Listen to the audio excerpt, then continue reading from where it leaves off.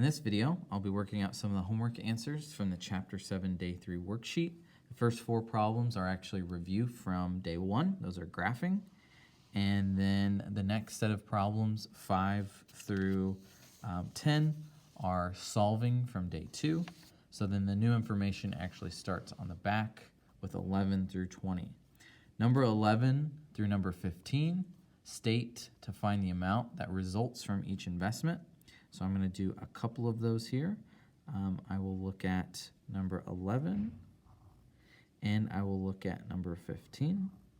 And then for 16 through 20, it says find the principal needed right now to get the specified amount. These are working backwards, so I will then do 17 and let's say 19.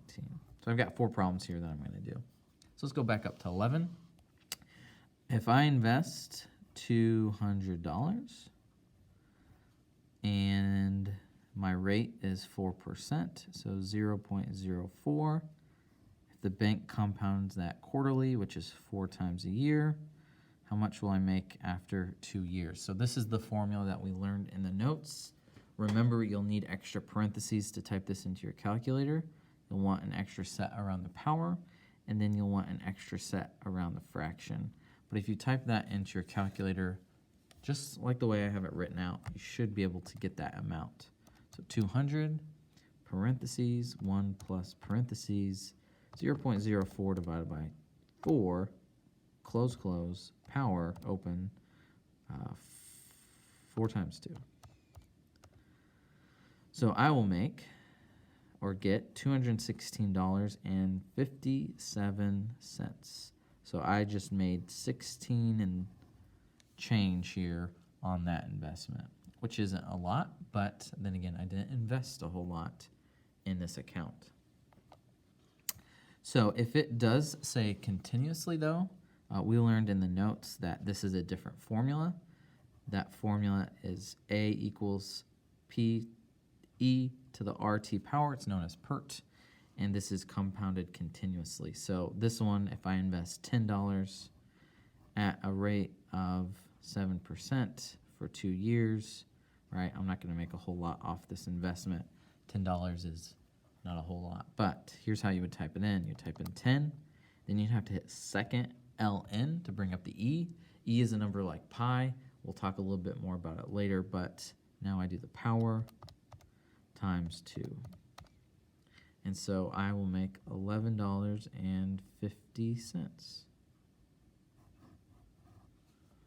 There it is. Now, the problems at the bottom here are working backwards. So for number 17, I will actually take the investment of $1,000. Excuse me. This is not the investment. I want to get $1,000. What do I need to invest right now? Okay, so let's say I want to have $1,000 in 3.5 years. Let's say I'm trying to save for something. So when I work backwards, I'm going to divide instead of multiply. So it's 7% compounded daily. That's 365. And then I'm going to raise that to the 365 times 3.5. Okay, so notice my denominator is much more involved than my numerator, but you'll want to make sure you put extra parentheses around the fraction, and it won't hurt to put extra parentheses around the whole denominator. So here's how I'm going to type this into my calculator. I'm going to start with 1,000 divided by, double open, 1 plus open, 0.07 divided by 365, close, close, power, open, 365 times 3.5, double close. So it will take me $782.72. If I invest that amount right now, I will have $1,000 in 3.5 years. So all these numbers for 16 through 20 should be less than the amount that you want after that certain amount of time. So if I work out 19, my answer should be less than 300. So this is continuously compounded interest. So it actually looks like this if I work it out backwards. So that would be 0.08 times 1.5. So here's how you're going to type this into your calculator. So you are going to take 300 and divide it by this base of E.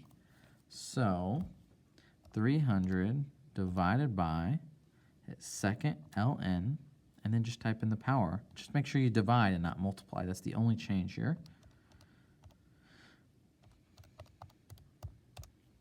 So I should invest $266.08. Got to round it. But notice these last few problems are just division instead of multiplication. And there's your video.